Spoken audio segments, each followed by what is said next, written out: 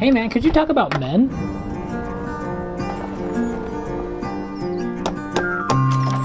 Hello. Hi. Mrs. Marlowe, yes? Harper, yes. Do, come in. Men is finally here, from Alex Garland, one of my favorite directors, the man behind Ex Machina, Devs, Annihilation, and now Men. I liked Men a lot, a movie about a woman that goes to a retreat and is stalked by Rory Kinnear. Rory Kinnear. This is a weird one though. I don't expect people to be going into this and coming out of it thinking that it's great. I think a lot of people are gonna go in and be like, that was so boring, nothing happened, and then it got really weird at the end, and I didn't like it when a man crawled out of another man's vagina, and I didn't like it when a man came out of that man's mussy, and I didn't like when that man came out of another man's back vagina. Spoilers. I had a good time with this, though. It's definitely weird, it's definitely unique, and it's definitely flawed, I will say. One thing that I was thinking about during this is that I feel like I'm seeing Alex Garland's hand at this point. He's had these cards stacked against me this whole time, and I've always gone into his movies with excitement for a new, creative, fresh idea. And now I'm like, okay, I get it. All of his movies are very similarly paced, very similarly structured, and they all kind of have this culmination of 20 minutes at the end where things just go off the rails, just batshit crazy. Every time, it just goes crazy.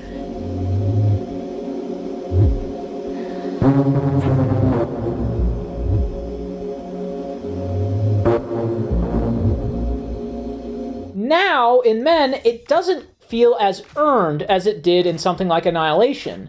Instead, it's just like this incredibly creative explosion of visuals, which I did still enjoy. Don't get me wrong, I love seeing another man's mussy and another man coming out of that mussy, but it's just like, to what end does this all serve? Is honestly the biggest takeaway I had from it is, what is the overall point? I get that the movie is about trauma, and that's kind of the overarching theme, message, moral, whatever you want to take away from this. It's about trauma, it's this woman had to watch her husband kill himself and blame it on her because she wanted a divorce. And then throughout the movie, she's getting kind of flustered by all these men who are all played by Rory Kinnear, like kind of talking down to her in some ways, being a little condescending, saying, oh, don't flush womanly products down the toilet, stuff like that all women, I'm sure, have to deal with. And there's definitely elements of that as well, like what women have to deal with, all the creeps that women have to deal with, all the people that really think they understand them, but don't at all.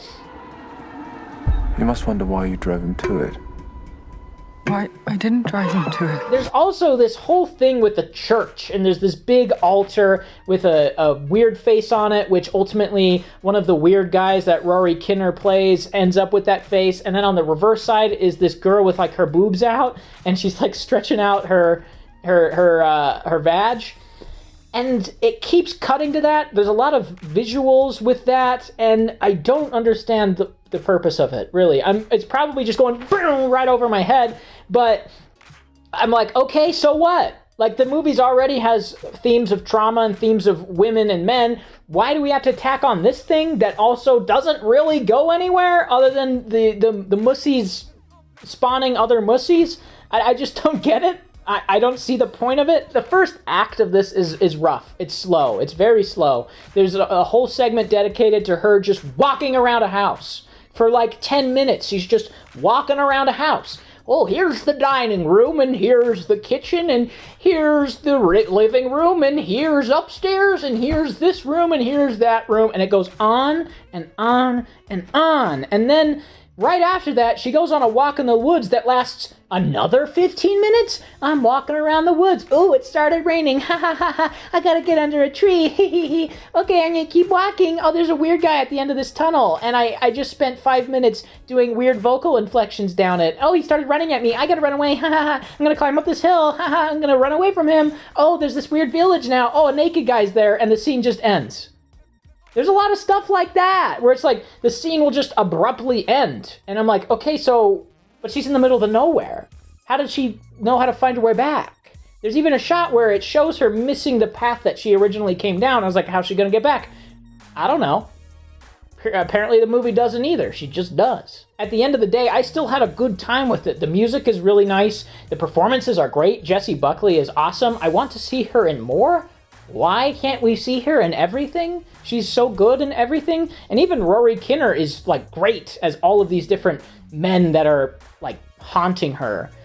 And other than that, there's only like 2 other actors. It's interesting because she sees other women as other women, all right? But then every man is the same except for one, which is her dear husband that isn't so dear because he hit her and threw stuff and then killed himself and blamed it on her. So maybe not dear. Dear's not the right word. His presence looms large over her life and over the movie, which is exactly what trauma is. And that's what I loved about this movie. It feels very relatable in that sense because everybody's gone through trauma. Whether it's watching a husband kill himself and blame it on you to something as small as neglect from a parent. Like, everybody has something going on with them that they can relate to, that out of nowhere you can just be triggered into a traumatic episode where you remember something that happened and it sends you off, it triggers you. That's, best way to put it.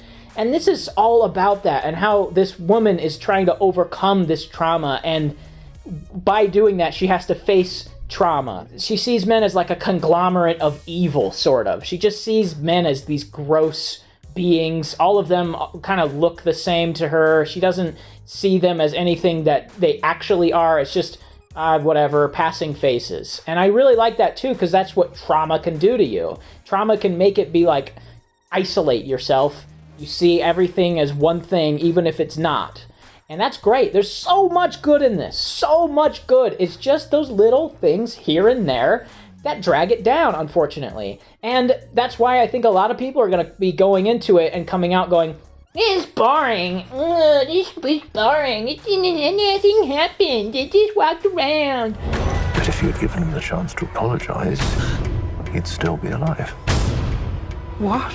That ending I really loved. The performances I really loved. The overall traumatic experience that this woman was going through I found very relatable. It looks very nice too. I will say that Alex Garland for some reason loves to like soften his images. He has these like glowing backgrounds and everybody looks really soft. I don't really love that look. That said, I really like this movie. I think it's unique and incredibly weird, which is personally, I think enough to recommend it on top of, because so many movies are safe and predictable and boring and bland, and they don't try anything. This movie tries a lot of stuff, and it doesn't always succeed, but when it does, it made me smile.